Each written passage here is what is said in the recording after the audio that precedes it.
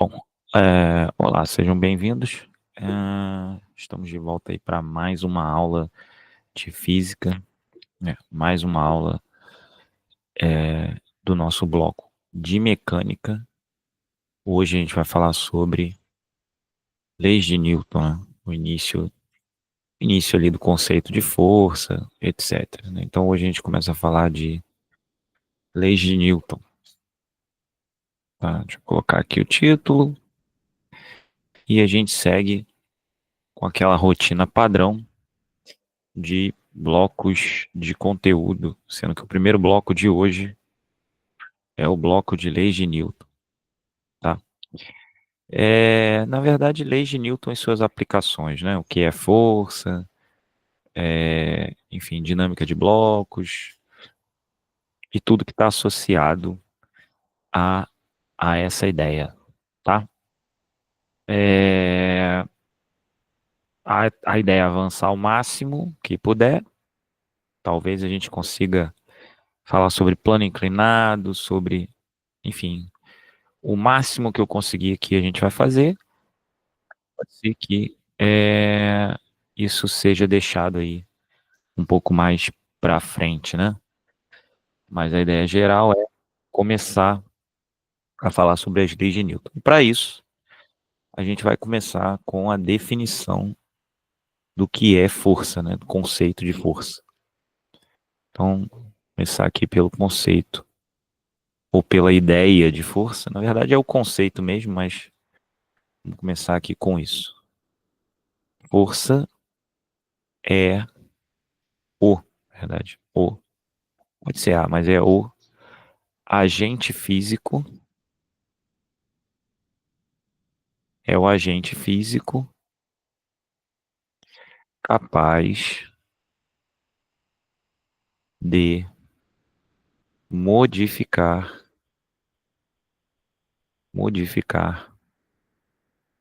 a velocidade. Aí aqui eu vou abrir um parênteses, né? Abrir parênteses, né? Para ser mais exato. Velocidade, né? Velocidade é um vetor, né? E quando a gente fala modificar a velocidade, a gente está se referindo a qualquer atributo desse vetor. Ou seja, modificar a velocidade significa modificar seu módulo, sua direção, tá? Ou sentido, beleza? Então, a partir desse momento, né, a partir de hoje, tudo que a gente vai se referindo à mecânica, força, velocidade, grandezas vetoriais, a gente está se referindo a esse tipo de situação, né? Então, quando a gente diz que uma força é constante, a gente está dizendo que módulo, direção e sentido são constantes, né? Todos os atributos são constantes, tá bom? Então, para começar aqui, né, a gente vai primeiro pensar em que casos apareceu ou não a ação de uma força, para você entender como você vai decidir se houve uma força atuando ou não em um determinado sistema físico, né? Então, isso é importante do ponto de vista geral do conhecimento desse assunto, tá? Então, a primeira coisa aqui é interpretar para ver se você entendeu a ideia. Vamos para o primeiro caso aqui, ó. Vou pegar um exemplo bem simplesinho, que a partir desse exemplo a gente vai criando a noção do que é força e do como ela atua. Bom, vamos começar aqui com um exemplo, que é o seguinte. Digamos que você tenha essa situação aqui, ó. E aí você tem um carrinho se movendo aqui, ó. Né? Um carrinho se movendo com velocidade de 10 metros por segundo e em determinado momento você vê esse carrinho agora se movendo com 15 metros por segundo. A pergunta é, houve a ação de uma força entre um instante A, né, entre um instante 1, sei lá, T1, e um instante T2? Quer dizer, houve força entre T1 e T2? Sim, porque o que mudou aqui foi o módulo, né? O módulo da velocidade mudou. A direção não mudou, porque é horizontal, certo? O sentido não mudou, porque continua sendo para a direita, mas o módulo mudou. Então, nesse caso aqui, ó, a resposta a essa pergunta é sim, né? Sim, houve a ação de uma força. Sim, houve ação de uma ou mais forças, tá? Então, houve a ação de forças. Eu vou botar forças, tá? E pode ser uma ou mais, beleza? Então, esse primeiro exemplo mostra que se a velocidade muda em módulo, necessariamente houve ação de uma força, ok? Independente de quando aconteceu. Pode ter acontecido aqui no finalzinho, pode ter acontecido algo no começo, pode ter acontecido no meio, pode ter acontecido ao longo de todo o trajeto, uma força constante aumentando a velocidade gradativamente, não importa, beleza? Bom, então esse é o primeiro exemplo aí que vai nos permitir entender a ideia de força. Beleza, segunda coisa, vamos para o segundo exemplo, né? Então, exemplo número 2. Então, esse foi o primeiro exemplo. Vamos para o exemplo número 2. Então, exemplo 2. Nesse exemplo 2, tá? Eu vou fazer o seguinte. Digamos que agora você tem o carrinho vindo e depois ele começa a subir uma ladeira, assim. Tá? Então, esse mesmo carrinho de antes, ele estava vindo aqui, ó, com 10 metros por segundo. Então, aqui 10 metros por segundo. E aqui ele continua subindo com 10 metros por segundo. Então, assim, normalmente quando eu faço essa pergunta, as pessoas respondem sim, houve ação de uma força. Mas elas falam sim porque elas falam, para subir uma ladeira é porque então tem que fazer mais força. Isso aconteceria independente de ser subindo a ladeira ou descendo a ladeira, tá? Porque descendo a ladeira, eu também teria o aspecto que eu vou mostrar aqui, que é o aspecto de mudança de direção. A direção antes era horizontal e agora ela é inclinada aqui, ó, em relação à horizontal, ela é inclinada de um ângulo θ, diferente de zero, obviamente. Então, em algum momento aqui, ó, no meio do caminho, houve a ação de uma força para fazer ele virar uma curva, tá? Então, a resposta a essa pergunta também é sim, houve ação de forças, tá? Uma ou mais. Mas o que mudou aqui já não foi o módulo, foi a direção. O módulo continuou o mesmo. O módulo antes era 10, continuou 10, certo? Então, a mudança aqui foi de direção. E isso leva você a uma questão importantíssima, que é o seguinte: é impossível, ó, é impossível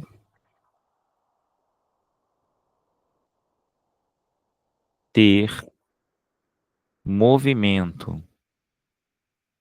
É impossível ter movimento curvilíneo, ou seja, fazendo curvas, é impossível ter movimento curvilíneo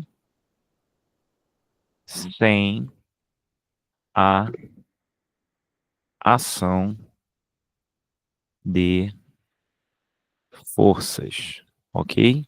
É impossível. Então, sempre que há um movimento com curvas, haverá alguma força atuando. É impossível.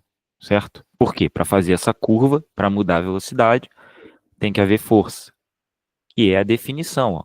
Agente físico capaz de modificar a velocidade. Se mudou a velocidade, tem força, ok? Então, para que um movimento seja isento da ação de forças, ele tem que ser, no mínimo, retilíneo. Agora, ele ser retilíneo garante que não há forças? Não, porque aqui, ó, o primeiro exemplo era um movimento retilíneo e houve ação de força. Então, o movimento tem que ser retilíneo e sem aceleração, que é o que a gente vai ver lá nas leis de Newton, tá? Mas o primeiro pré-requisito é que o movimento seja retilíneo. Se ele não for retilíneo, esquece. Vai ter força, com certeza. Beleza?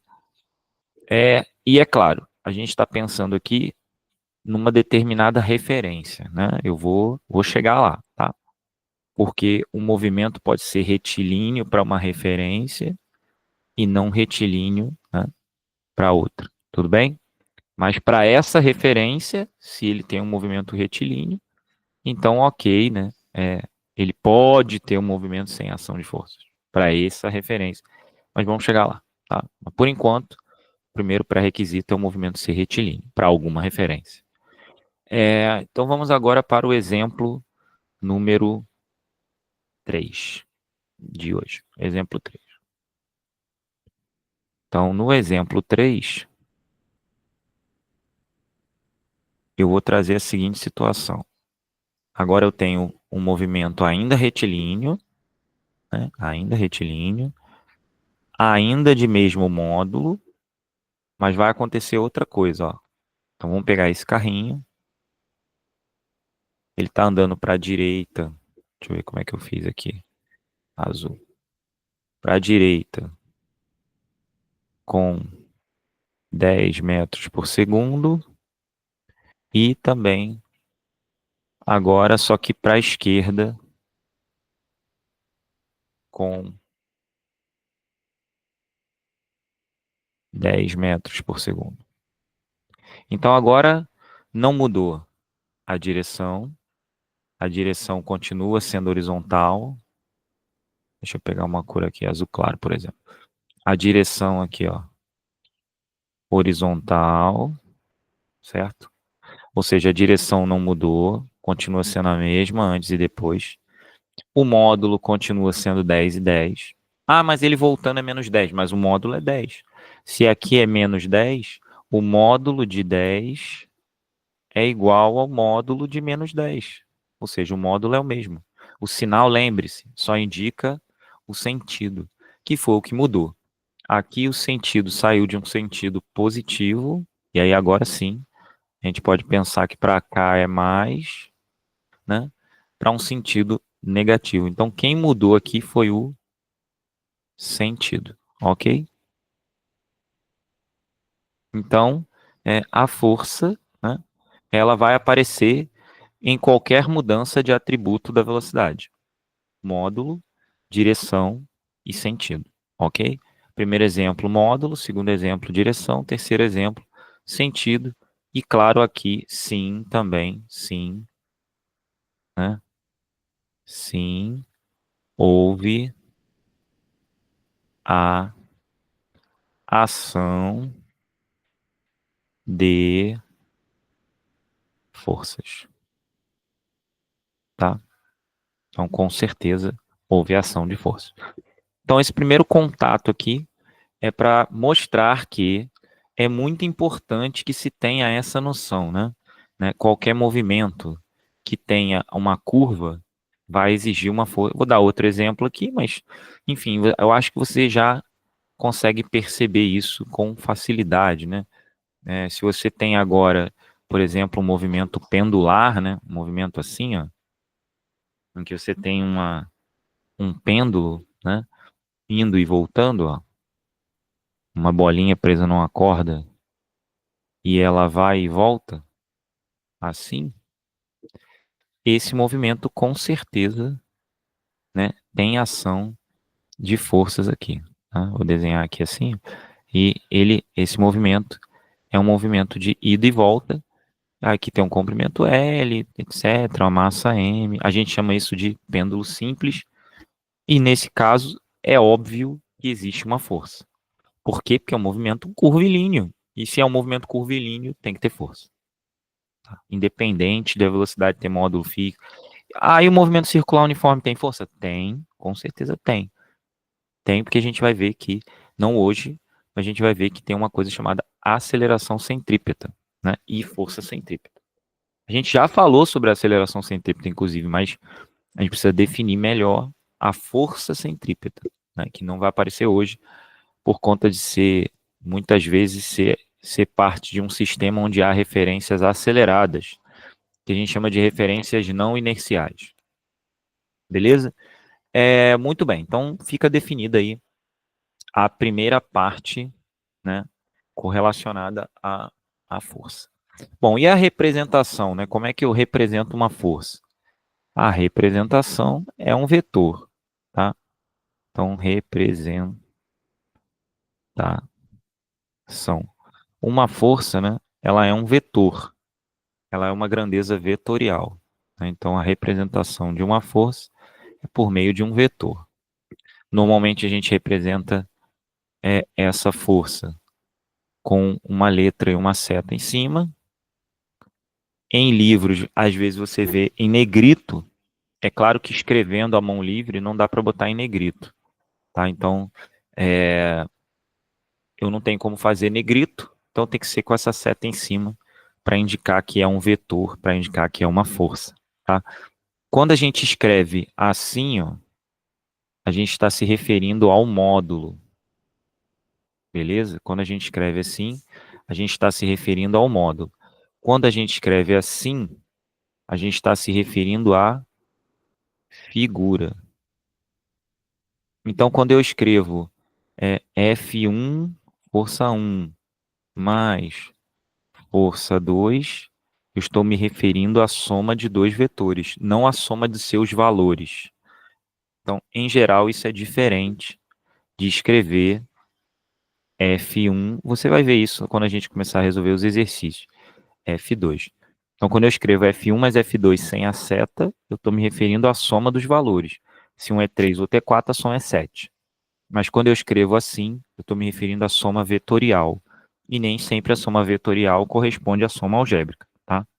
Isso aqui indica soma vetorial. Deixa eu botar aqui embaixo para ficar claro, né? Isso aqui indica soma vetorial. Soma vetorial. Enquanto esse aqui indica soma algébrica. Esse aqui indica soma algébrica. Ok? Pronto. Então temos aí algumas observações feitas, né? Vou só destacar isso aqui, botar como uma observação, para ficar claro, né? Eu acho que é importante aqui. Então, observação. Um é a figura, o outro é o módulo. Muito bem. Com isso, a gente tem aí os principais atributos, vamos dizer assim. Né? Deixa eu ver se tem um negócio aqui. Não, acabou. Meu café. Os principais atributos para começar a estudar as forças, as leis de Newton, como que elas se comportam, o que que a gente vai precisar saber, onde que a gente vai usar, como que a gente vai usar, etc. Tá? Bom, então, como eu falei, né, a força é uma grandeza vetorial. Tá? Eu vou colocar aqui até como destaque, mas a gente já vem falando isso vai ficar claro ao longo, mas eu vou escrever aqui, ó. É grandeza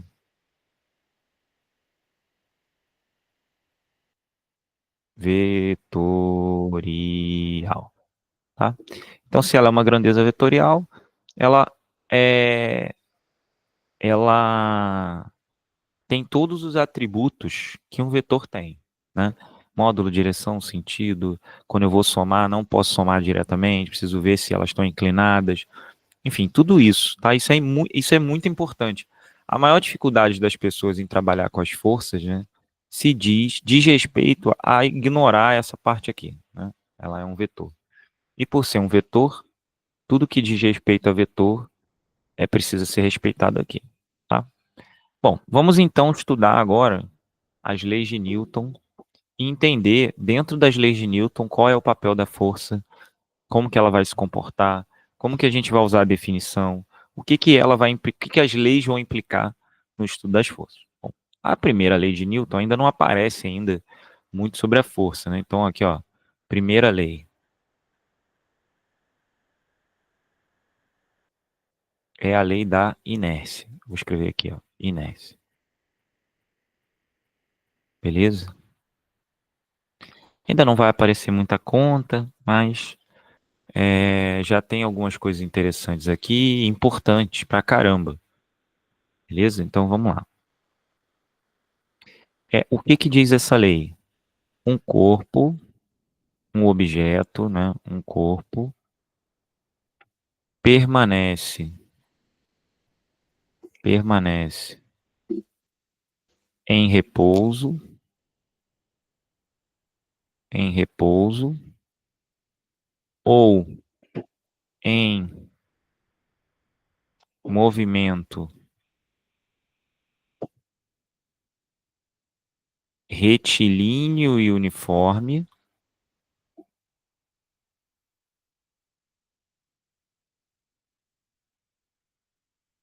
retilíneo e uniforme, a não ser que haja uma força externa sobre ele, tá? Eu vou deixar assim uma força externa atuando, né, sobre ele. Então, o que eu estou dizendo e aí aqui, ó, quando eu digo um corpo permanece em repouso, esse trecho aqui, ó, é um corpo permanece em repouso ou em movimento retilíneo e uniforme, esse trecho específico, você pode substituir tudo isso por equilíbrio, beleza? Essa parte toda aqui você pode substituir por equilíbrio. Porque o que que é equilíbrio? Equilíbrio acontece de duas maneiras: velocidade igual a zero ou velocidade constante e diferente de zero. E aí lembre-se, velocidade constante significa não mudar nem módulo, nem direção e nem sentido. Então é isso que eu estou dizendo. Um corpo fica em equilíbrio, a não ser que uma força externa atue sobre ele.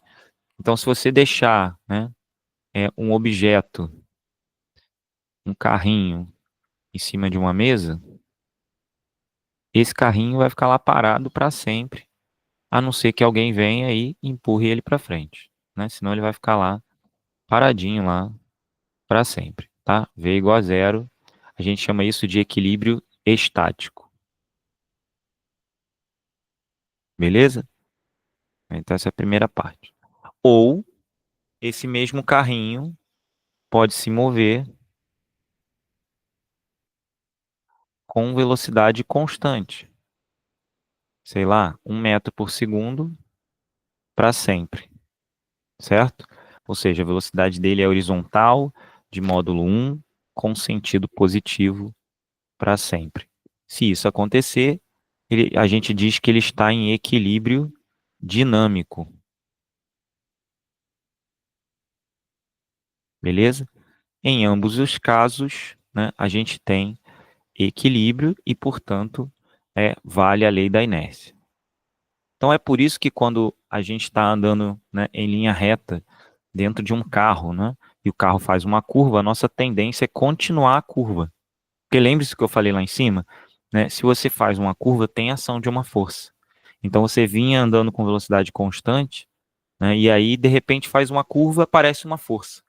Qual é a tendência? É o corpo permanecer em movimento retilíneo e não fazer curva. Então a tua tendência é tentar continuar a curva. A mesma coisa acontece se você está num carro parado no sinal e ele acelera para sair. A sua tendência é ser arremessado para trás. Por quê? Inércia. Ou quando você está se movendo e o carro freia, a tendência é continuar o movimento para frente, né, numa situação inercial, continuar se movendo. Tá? Então, isso completa o que eu falei antes, né? Que se você está andando para frente, a tendência é continuar. Se você está, né? A tendência é manter o movimento, ou seja, manter a inércia. Beleza? Lembrando que essas leis só valem para referências não aceleradas. Então, eu estou falando isso comparando você com a Terra, que a Terra não está acelerada, né? A Terra, ela se move, não está acelerada no sentido de se move com velocidade de valor constante, tá? Então, assim, a resultante das forças que atuam sobre ela é igual a zero, a gente vai falar sobre isso depois, mas, enfim, eu estou considerando para uma referência que não está acelerada, beleza? Então, essas leis só valem para referências não aceleradas. Isso não é preocupante no começo, mas depois de um tempo é importante, porque a gente começa a falar sobre movimentos em curvas, pêndulos, sei lá, alguém descrevendo um círculo, né? Eu fiz um vídeo esses dias resolvendo um problema que tinha uma pedra girando numa corda, e aí ali vão aparecer forças em trajetórias não inerciais. E aí é importante entender o que, que acontece nesses casos. Bom, vamos para a segunda lei aqui, ó. Segunda lei, segunda lei,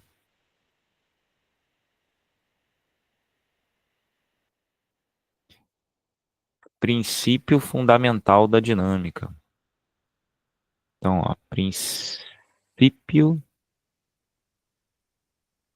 fundamental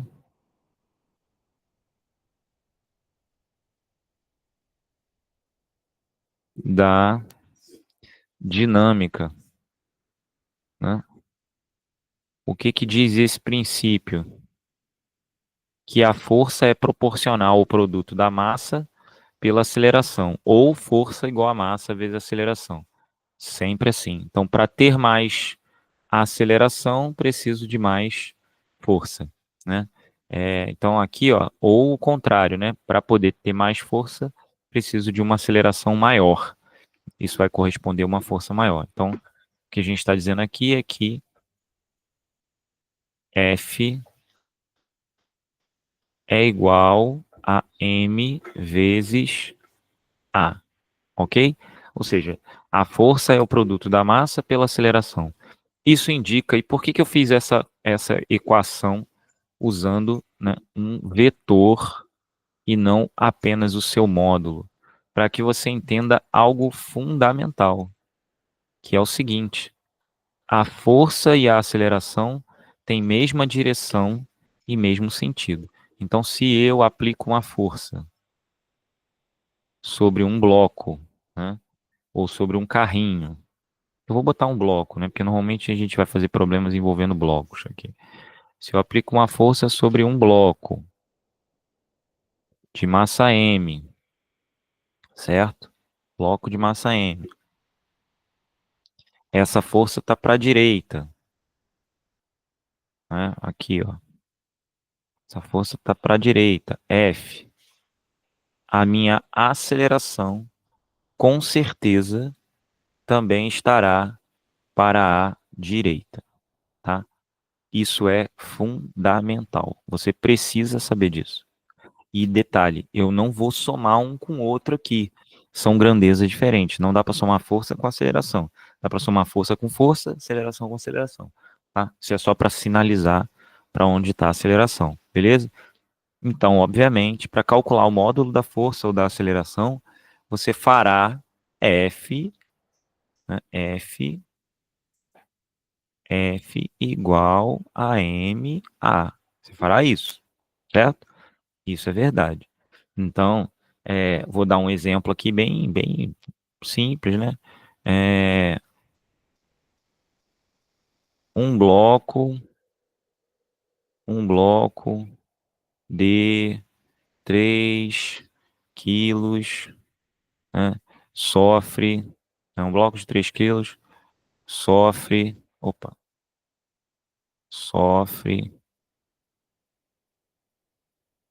a ação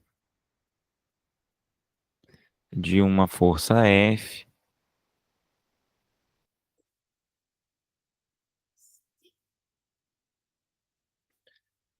vou botar um vetor assim, e adquire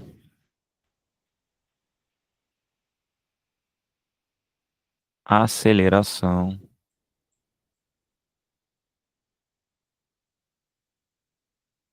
de 5 metros por segundo ao quadrado.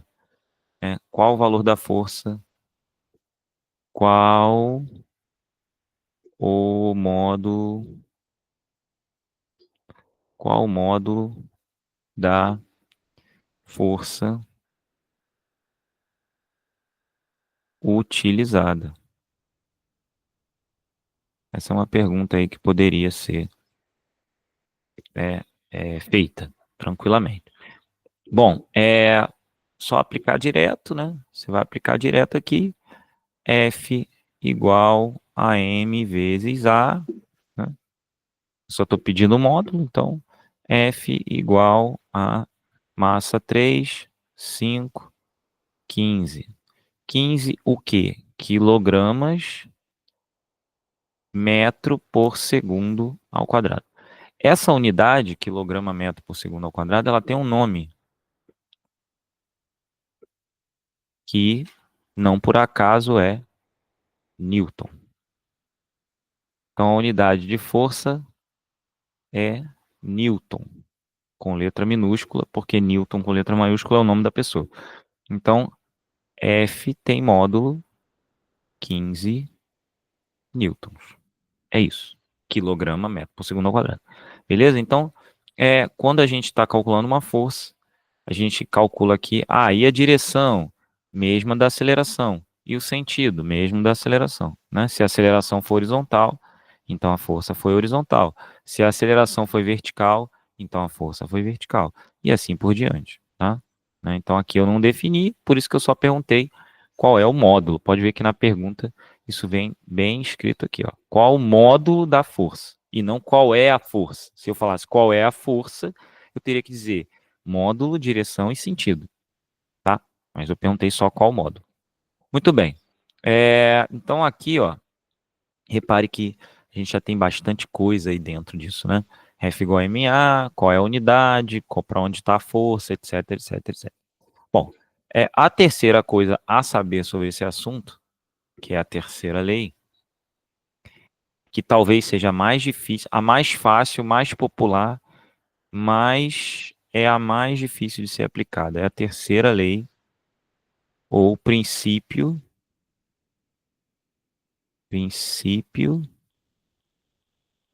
da ação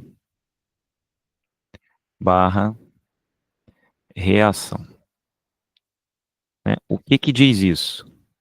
Diz o seguinte, vamos lá. Quando você, né, quando você ou um agente, né, quando uma força, né, quando uma força, quando uma força atua sobre um objeto,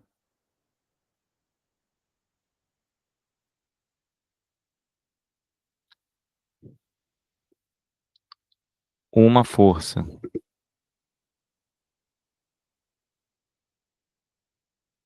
de mesmo módulo, direção, mesmo módulo e direção, mas desse sentido oposto, de sentido oposto,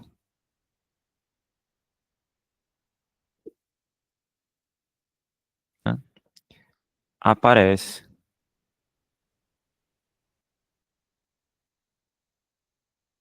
e é aqui, ó, chamada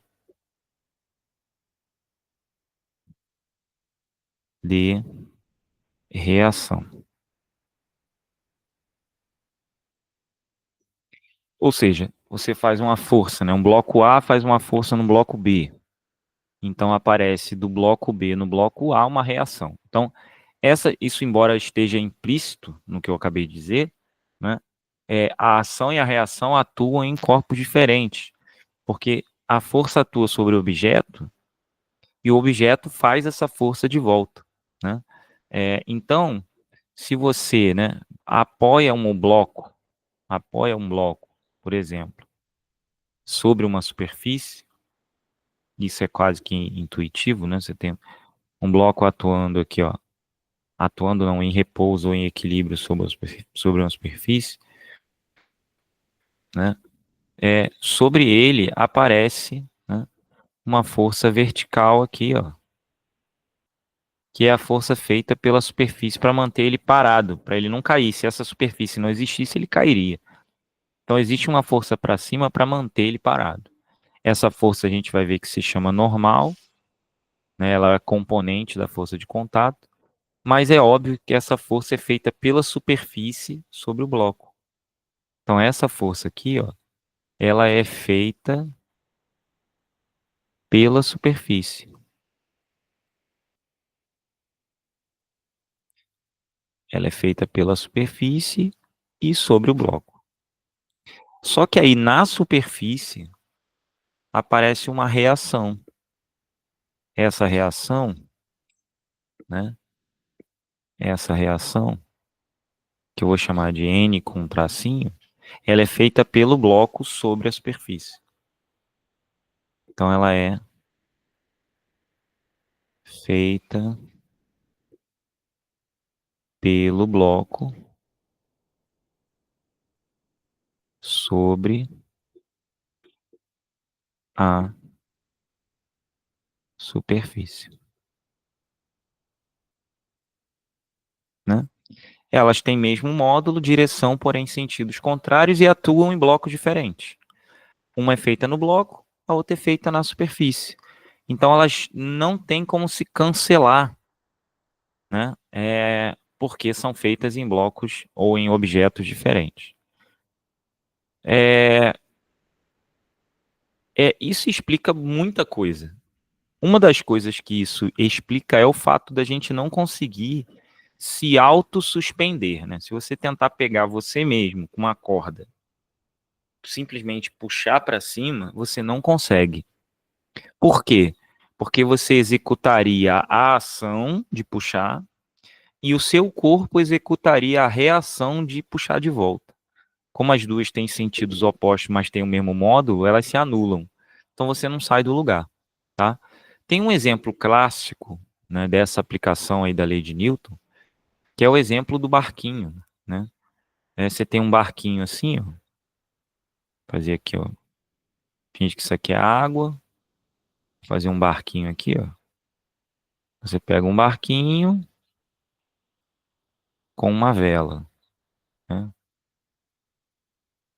E aí você pega aqui, ó, um ventilador, né? Tentar fazer um círculo. E esse ventilador começa a soprar aqui o vento. Aí o que que acontece, né? O vento bate na vela, empurrando a vela para frente, né? E é, você, qual é a reação, né? Era o barco supostamente ir para frente. Acontece que, né? A força, né? Que é feita pelo vento saindo, né? Do ventilador, né? Indo para frente, empurra o ventilador para trás, porque o ventilador empurra o ar para frente e o ar empurra, então a força feita pelo ventilador sobre o ar, vamos chamar de F1, né? Ela empurra o ar para frente, que bateria na vela e faria o barco andar. Acontece que o ar que foi empurrado para frente, ele empurra as hélices do ventilador para trás como reação. E aí, como existe uma reação e essa reação está atrelada ao barco, o barco não sai do lugar. Diferente de quando esse vento vem da natureza. Quando esse vento vem da natureza, isso não acontece, né? Então é o mesmo efeito, né? Então se você tivesse um barquinho e ligasse um ventilador dentro dele para ele empurrar a vela do barquinho para frente, o barquinho não sairia do lugar. Por quê? Porque o vento vai ser empurrado para frente, mas a reação vai fazer com que o vento empurre o ventilador para trás. E aí o ventilador, como está preso ao barco, vai puxar o barco para trás. Então esse ar que bate na vela, que saiu do ventilador, não consegue empurrar o barco para frente, porque o mesmo ar que é empurrado para frente empurra o barco para trás, tá? Então você não consegue aí fazer o barco andar simplesmente assoprando a vela, como aparece às vezes em desenho, né? A pessoa assoprando a vela e aí o barco vai para frente porque não tem vento, tá bom? Então esse é um exemplo clássico aí disso. E outra foi o que eu falei, você não consegue se auto-suspender, você não consegue pegar uma corda e, eu vou me suspender. Isso é diferente de outras situações que a gente vai ver. Quando você tem uma roldana e você puxa, aí é outra situação, né? Aí a reação passa a não estar sobre você, está sobre outro objeto.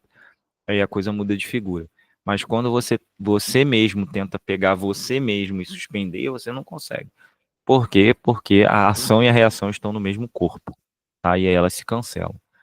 Bom, muito bem. Então, lembrando que isso só para referências não aceleradas, né? Então, ó,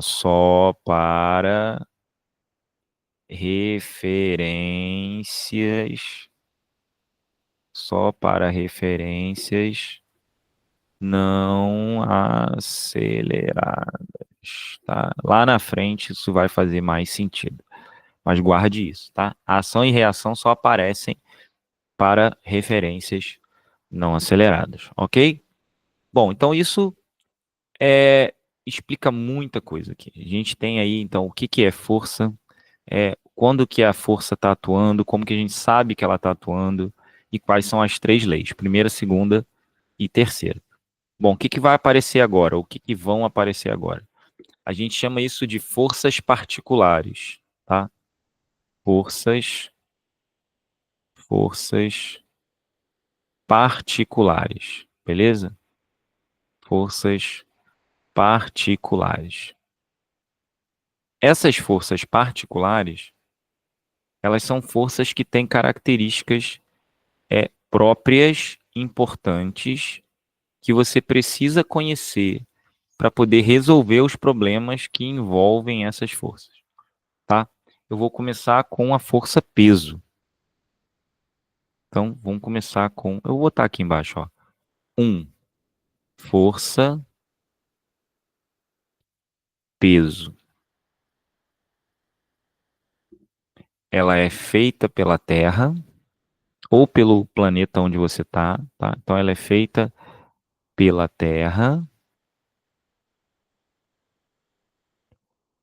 é vertical e aponta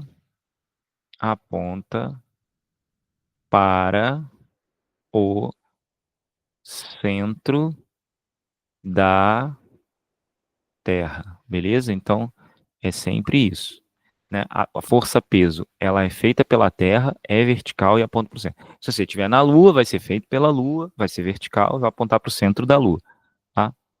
Mas a gente chama de força-peso, em geral, é a força feita pela Terra. E aí, ó, eu vou desenhar aqui, né, suposto planeta Terra, e aí vou pensar aqui num objeto próximo à superfície da Terra, tá? Esse objeto. O que que vai acontecer? Vai aparecer, se esse objeto está próximo da superfície da Terra, esse objeto ele vai ser atraído em direção ao centro da Terra, e aí foi como eu falei, não importa se está aqui, ó, ele vai ser atraído na direção do centro, não importa, tá? Não importa onde o objeto esteja, ele sempre, ou aqui, não interessa. Qualquer objeto, em qualquer posição, vai ser atraído na direção do centro da Terra. Tá? E lá no centro da Terra vai aparecer a reação ao peso, né? A reação ao peso, que é o quê? Uma força de igual módulo, direção, porém, de sentido contrário. Então, se aqui eu tenho o peso do objeto, P, aqui eu tenho a reação ao peso, que é a força com que o objeto atrai a Terra, tá? Então, a reação ao peso está no centro da Terra. A reação ao peso não é anormal. Tem muita gente que confunde isso. Então, peso é a força com que a Terra atrai o corpo. A reação ao peso é a força com que o bloco, o objeto, atrai a Terra. Qual é o módulo do peso? Vai ser massa do objeto, o módulo do peso vai ser massa vezes a aceleração gravitacional. Repare que eu não botei a seta, porque é o módulo, tá? Então, é o módulo do peso. O módulo do peso vai ser a massa do objeto vezes a aceleração gravitacional do lugar onde ele está. Se for a Lua, é uma aceleração gravitacional. Se for na Terra, é outra. Na Terra, normalmente G, de forma aproximada, é 10 metros por segundo ao quadrado.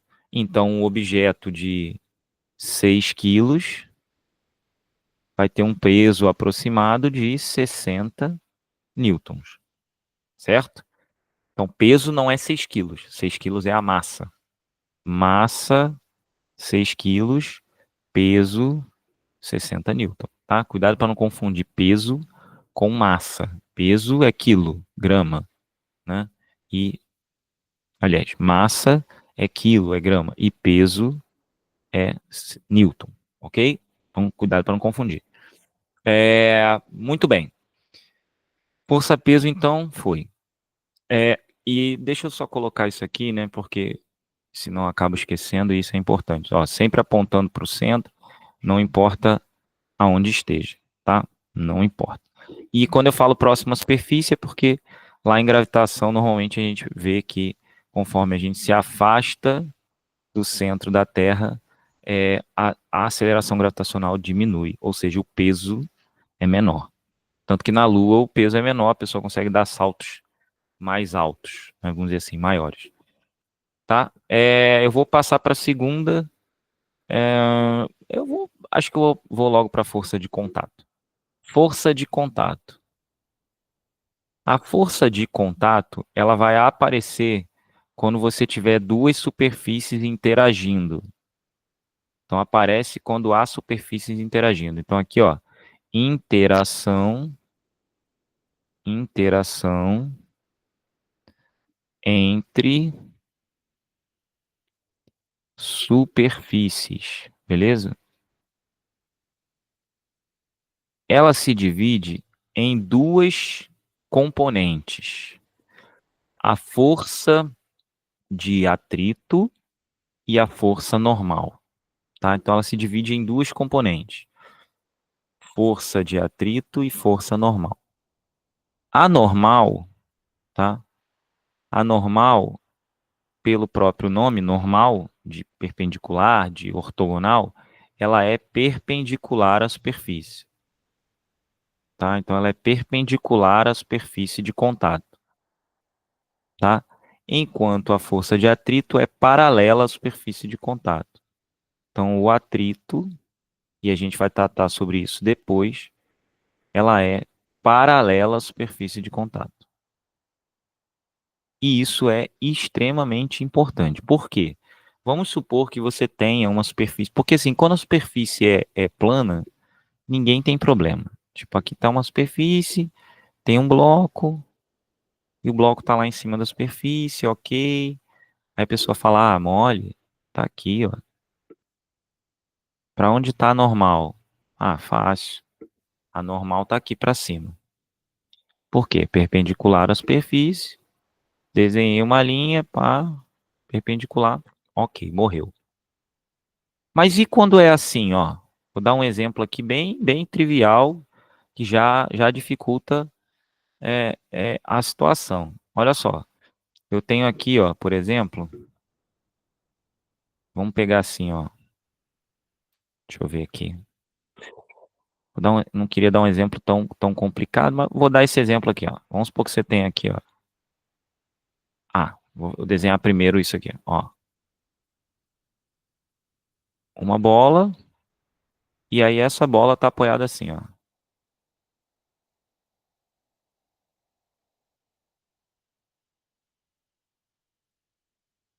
Pronto. Isso aqui já é suficiente para causar confusão. Ó. Vão aparecer duas normais, né? Uma para uma parede essa e outra para essa. Para onde está normal? Porque agora eu não tenho mais um bloco aqui, não consigo mais fazer isso. Ou então, por exemplo, esse exemplo aqui, ó. Você tem um negócio assim, ó. Esse exemplo ainda é simples que eu dei, mas se fosse assim, ó. E aí você tem um negócio assim, um cilindro que faz isso. E aí eu quero colocar normal nesse ponto aqui. Aqui. E aí agora? Agora só tem um ponto de contato ali. Para onde está normal? Tá para cima, tá para lá, tá para baixo. Então isso atua de uma maneira complicada. O que que você vai fazer? Como ela tem que ser perpendicular, ela tem que passar no centro do círculo aqui, ó. Porque toda perpendicular a um círculo ou a sua tangente passa pelo centro. Então aqui, ó, a normal para essa parede seria algo assim, ó, passando pelo centro aqui. E a normal aqui, ó, vai ser passando pelo centro aqui. Então a normal aqui embaixo, deixa eu fazer de outra cor aqui. Ficaria assim, ó. E a normal aqui ficaria assim, perpendicular à superfície, passando pelo centro. Perpendicular à superfície, passando pelo centro. Aqui é a mesma coisa. Se aqui é uma ponta, não tem como ser perpendicular à superfície. Então, o que que você vai fazer? Vai traçar uma tangente, seja como for, passando pelo centro. Então, aqui, ó. Você vai desenhar uma linha passando pelo centro e pelo ponto de tangência. Aí, ó, a perpendicular aqui, ó, vai me permitir desenhar a normal passando ali, ó, pelo centro, tá? Então, toda vez que eu precisar da normal, ela tem que passar pelo centro se for curvilíneo, beleza?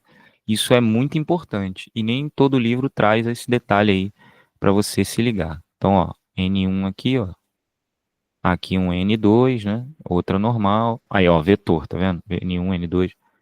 Aqui um N3, né? Aqui vamos jogar um N4. O atrito a gente fala depois, tá bom? Mas ele é paralelo à superfície. Os dois juntos vão formar o que a gente chama de força de contato. Só para não ficar sem um exemplo, digamos que você está empurrando um objeto por sobre uma superfície com atrito, assim, ó. Então você tem aqui um objeto que você está puxando ele para a direita, você vai ter uma normal para cima aqui, ó. Opa, você vai ter uma normal para cima, tá? E você vai ter, obviamente, um atrito aqui, ó, para a esquerda, atrapalhando o movimento, certo? Aqui você vai ter uma força de atrito, aqui você vai ter uma normal, né? Aqui você vai ter uma força qualquer atuando, e a força de contato será a junção da força de atrito com a normal. A junção dessas duas forças, a junção dessas duas forças aqui, ó, vai me dar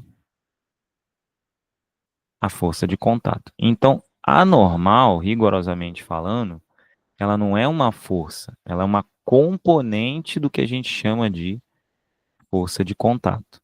Se não houver força de atrito, vai haver só a normal e ela vai ser a própria força de contato, tá? Mas via de regra, a força de contato, ela é dividida em duas, normal e força de atrito. Então a gente não pode dizer formalmente falando que normal é uma força, ela é uma parte da força de contato. Ela não é a força em si, a não ser que não haja atrito. Aí aqui zera e fica só normal. Beleza, então já foi aí, ó, força-peso e força de contato. A próxima força que aparece são as forças que envolvem fios ou forças de tração, que basicamente são duas. Forças de tração. São duas, normalmente. A tração propriamente, né, que vai aparecer quando houver um fio. Então, digamos que você tem um bloco suspenso. Bloco suspenso, assim.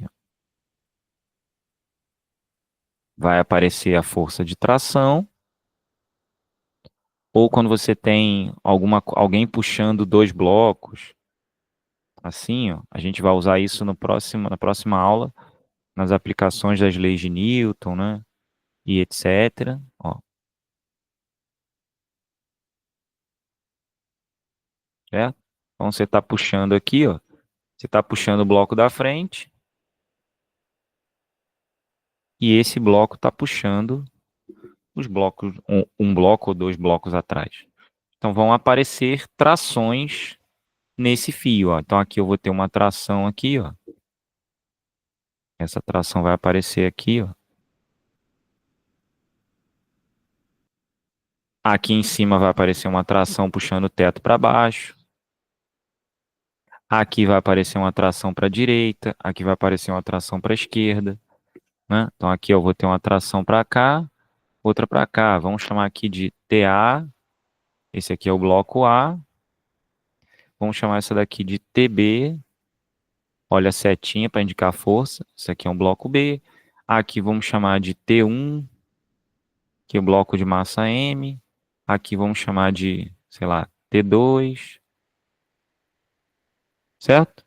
Então essas trações vão aparecer. Se o fio é ideal,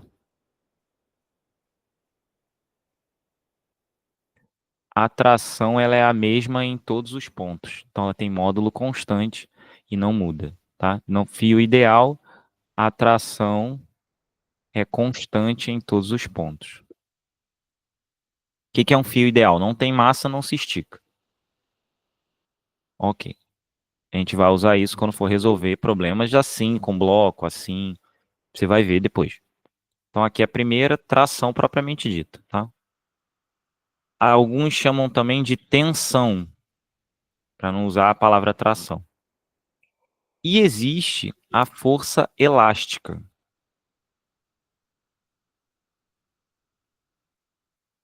que é uma espécie de tração, mas ela vai aparecer quando houver uma mola ou um fio que se estica, um fio não ideal. Então, o que vai acontecer? Você vai ter lá um objeto. Eu vou botar um objeto pendurado, que eu acho que nessa situação é melhor de entender. Aí você vai ter um objeto pendurado. Esse objeto ele vai estar sob a ação de uma mola que vai se deformar por conta do peso do objeto. Essa força que vai aparecer, ela não vai ser a mesma em todos os pontos da mola, porque essa mola se estica, ela não é ideal. Então essa força elástica, ela vai depender de uma constante elástica e da elongação dessa mola.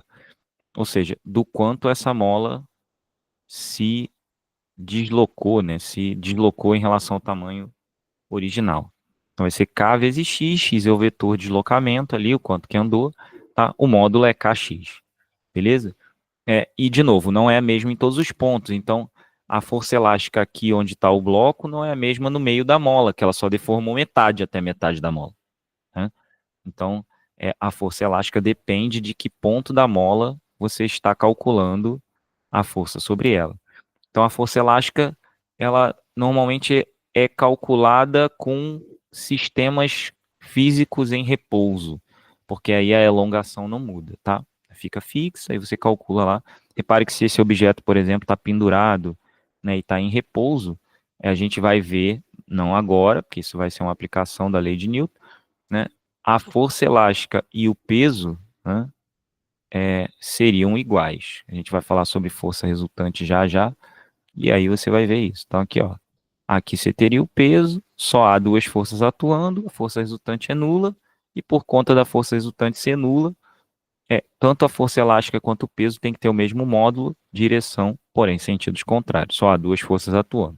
Isso é quase que intuitivo, mas não é tão simples quanto parece quando a gente começa a analisar a coisa com mais profundidade, tá?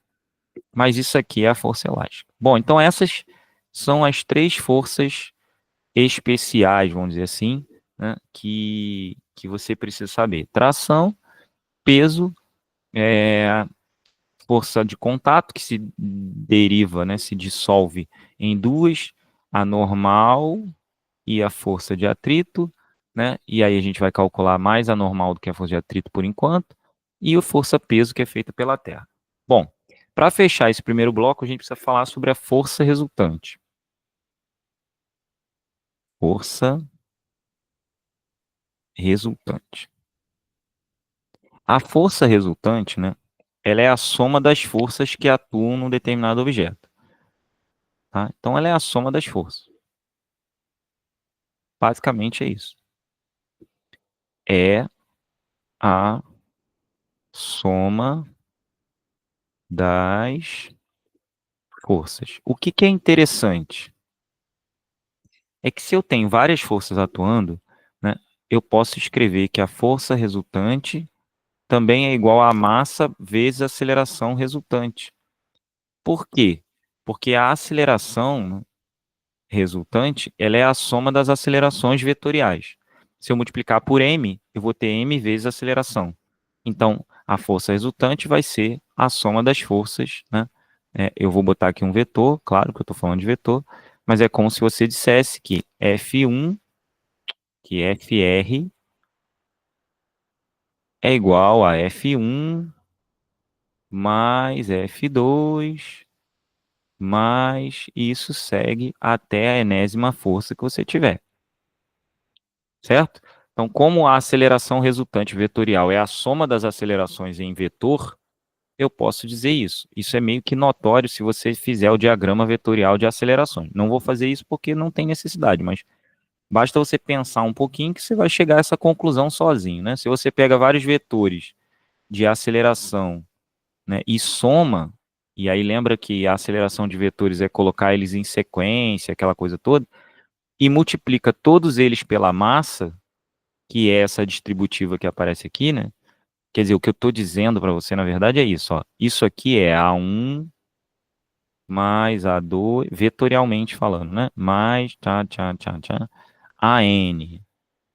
Se eu pego isso aqui e multiplico por M, eu tenho MA1, MA2, que é a força 1, força 2, força 3, ou seja, faz sentido isso que eu estou escrevendo, tá? E a lei de Newton diz que a força é massa vezes aceleração. Então, se massa vezes aceleração é a força e F é igual a... Enfim, é só uma extensão da lei de Newton, né, de maneira geral. E aí, quando eu quero calcular, né, num sistema em que eu tenho mais de uma força, a aceleração adquirida por esse bloco, basta eu calcular a resultante e depois fazer a conta. Então, se eu tenho, por exemplo, né, um bloco aqui na horizontal, né, e esse bloco estou sobre a ação de duas forças. Então, esse já é o exemplo que vai fechar. Ele meio que fecha o nosso primeiro bloco de hoje e serve de gancho para a gente estudar as aplicações das leis de Newton, né? Diagrama de blocos, plano inclinado, blocos envolvendo tração, força elástica e entre outros. Aí eu tenho uma força para cá de 10 newton. 10 newton. Tem uma força para cá de 6 newton. Certo? A massa do bloco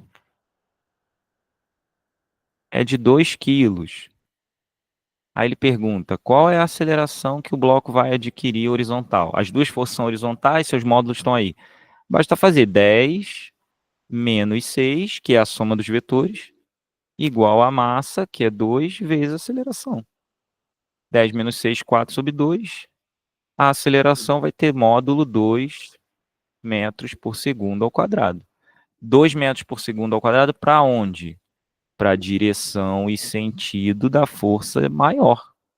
Porque o vetor resultante, né, a aceleração, ou, se você preferir, o vetor força resultante, ele vai estar para cá, valendo 4 newton, certo? Eu tenho 10 para lá e 6 para lá, eu tenho 4 para a direita. Logo, a minha aceleração, que tem módulo 2, estará para a direita, né, com 2 metros por segundo ao quadrado. Faz sentido, né? Então, é com isso que a gente vai trabalhar no próximo bloco de dinâmica, quando a gente for falar sobre as aplicações das leis de Newton, mas que eu não vou fazer hoje, porque eu acho que já foi bastante coisa, né? Vamos só recapitular tudo que foi falado hoje para não ficar nenhuma ponta solta, né? Então, a gente começou falando sobre o que é força, é o agente físico que modifica a velocidade. Eu dei 3 exemplos em que você pode dizer se há ou não aplicação de força, uma na qual o módulo muda, uma na qual a direção muda e uma na qual o sentido muda. Depois eu mostrei que você sempre que tem um movimento curvilíneo, né, você tem a ação de uma força. Eu escrevi isso aqui, ó, é impossível ter movimento curvilíneo sem ação de força. E aí dei esse exemplo aqui do pêndulo simples. Isso aqui é um pêndulo simples, tá? No pêndulo simples, sempre existe ação de força. E como a gente já falou, ó, aqui você já pode detectar, ó, que vai existir a tração, ó, fio, tem uma tração, e já pode detectar que aqui, ó, vai existir um peso, tá vendo? Vai existir um peso. Por quê? Porque se o objeto está sob a superfície da Terra, ele é atraído por ela, e é essa diferença de direção entre peso e tração que faz ele descer até o outro lado e depois voltar, né? Faz total sentido isso. Falamos sobre a representação aqui de uma força, falei sobre isso aqui, ó, isso é importante pra caramba, não se confundam e sejam disciplinados contra essa escrita, isso vai facilitar o estudo de vocês. F com setinha se refere ao vetor, se refere à figura, e F sem a setinha se refere ao módulo, tá? Ó, repara, ó, módulo não é o vetor, aqui, ó, módulo, né, não é o vetor, tá? Então aqui, ó, velocidade e tal. Aí falei sobre a primeira lei, inércia, o que que acontece, equilíbrio estático e dinâmico tende a permanecer. Falei sobre a segunda lei, chamado princípio fundamental da dinâmica, né?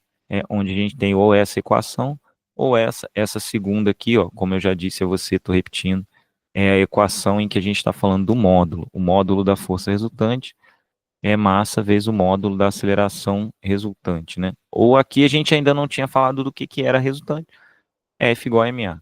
Bom, aí dei um exemplo, falei sobre o princípio da ação-reação para referências não aceleradas, falei que quando você tem dois objetos, você tem aí um aplicado em um e o outro aplicado no outro, eles não se cancelam, e quando são aplicados no mesmo objeto, elas se cancelam.